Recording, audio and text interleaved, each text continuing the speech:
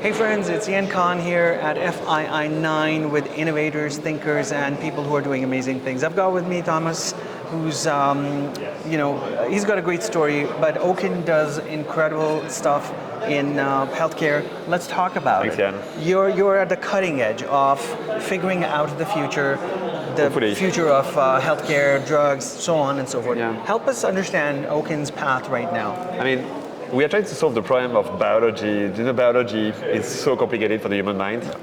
And we have no idea why people have cancer, why people age. So we are trying to build up software that enables to understand biology and help taking better decisions based on this knowledge.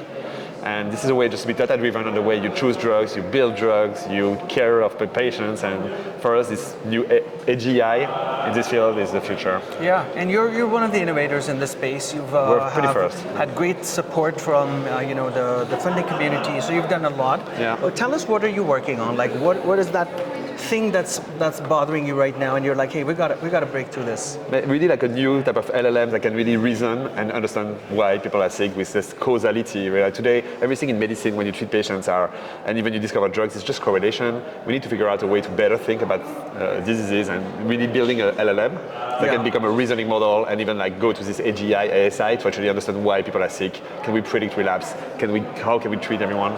So for me, it's like, can we get to this type of intelligence in the next 2 years is what really drives me in the field. Yeah. Are you using your own proprietary LLM? Yes, we're building our own LLM. We're fine-tuning.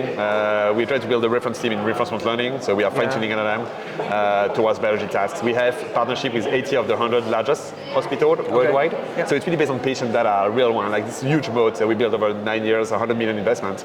Yeah. And it's really like, dynamic network to be able to build that, because you need a lot of patient data that are really high quality to be able to build these models. What has been kind of a challenge? I mean, collecting patient data. Of That's course, tough. you've got to, you cannot generate enough synthetic data. You can, but it doesn't help. No. So you need actual real patient data. You do.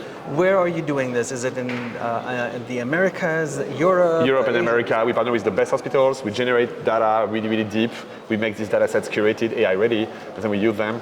But it's purely a model. We are now looking to expand here in the Middle East. Yeah. Like really, really great leadership of the country, of the ecosystem here in Riyadh.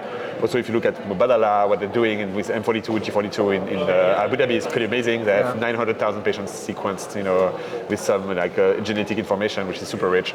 Yeah. So I feel like a lot of things are going to happen here. Maybe the future of medicine happens in the Middle East. Of course. When we look at the future of healthcare, we look at chronic disease, we look at incurable diseases, we look at cancer and the future of healthcare and how do we solve? There's many problems. Yeah. Is there something that you feel will be solved first? Like this will be the easy one, and then we will tackle the hard. What are those for you? We'll make cancer become a chronic disease.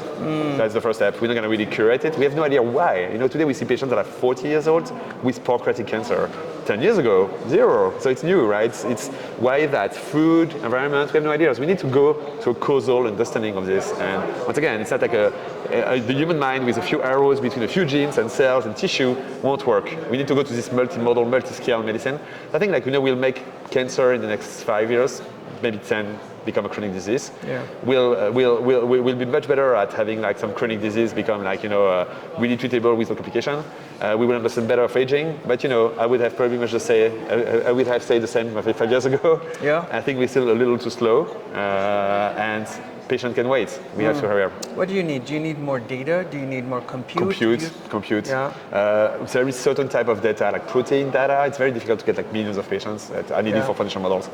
Yeah, I guess I need more compute.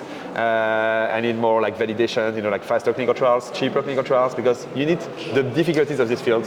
Whenever you discover something, you need to validate it in patients. There is no ground truth in AI for medicine. There is not patient delivery with new treatments, new diagnostic tools.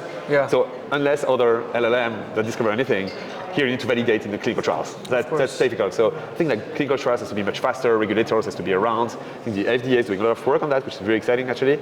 But it needs to be cheaper as well. Today, sometimes patients is 160,000 per patient for early clinical trial.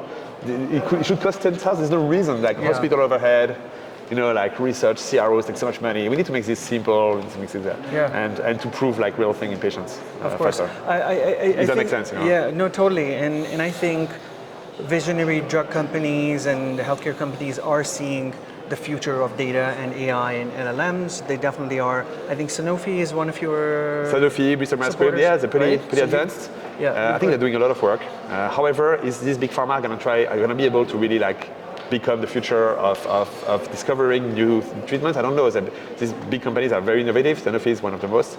But they're very, like, you know, they still have a lot of legacy. Maybe the future of the best AI company, best biotech of tomorrow, maybe OpenAI. OpenAI is doing a lot on Tropic and Owkin, right? So I feel like these companies are great, super important, driving innovation. You know, GLP-1 drugs, cancer drugs, but maybe the future has to be AGI native from scratch, and maybe like companies like ours will recreate a Sanofi with 1,000 people, not 200,000. But you know, it's an ecosystem. We all work together in a very smart way, and they're doing a lot of really good efforts. I'm just thinking, you know, when it comes to patient data collection, what about countries that have a great big population? Is it easy to get? China, India, is amazing, right? China Yeah. is like one drug out of two at the JP Morgan conference was a Chinese drug, right? They're building the best molecules, they have a huge population, and China is the place to go. Geopolitically, complicated to work with the US and China at the same time. But I think, you know, the countries that are going to matter to be the US, China, the Middle East, and then in Europe, Poland, Germany. Nobody cares about the rest. France, over, nobody cares. Spain, UK, over. It's tough. You know, these countries are more like business driven to make things happen in a faster manner with regulatory improvement. Yeah, of course. So as your research comes through and you find out new things, I think it'll have a profound impact on the next wave of treatments, the next wave of drug discovery, the next wave of anything and everything related to healthcare, right? Whether it's chronic or whatnot.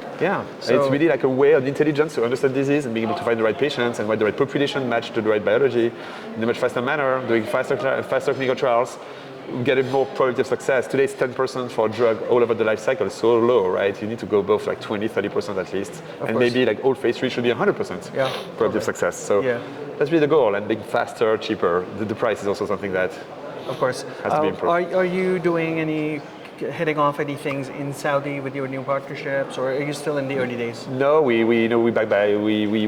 Saudi is a very new country for me. I'm here to discover and to learn. I think there's great ambitions, very smart leadership that gets it, and a really culture about health. You know, in the Middle East in general, people care about other people's health.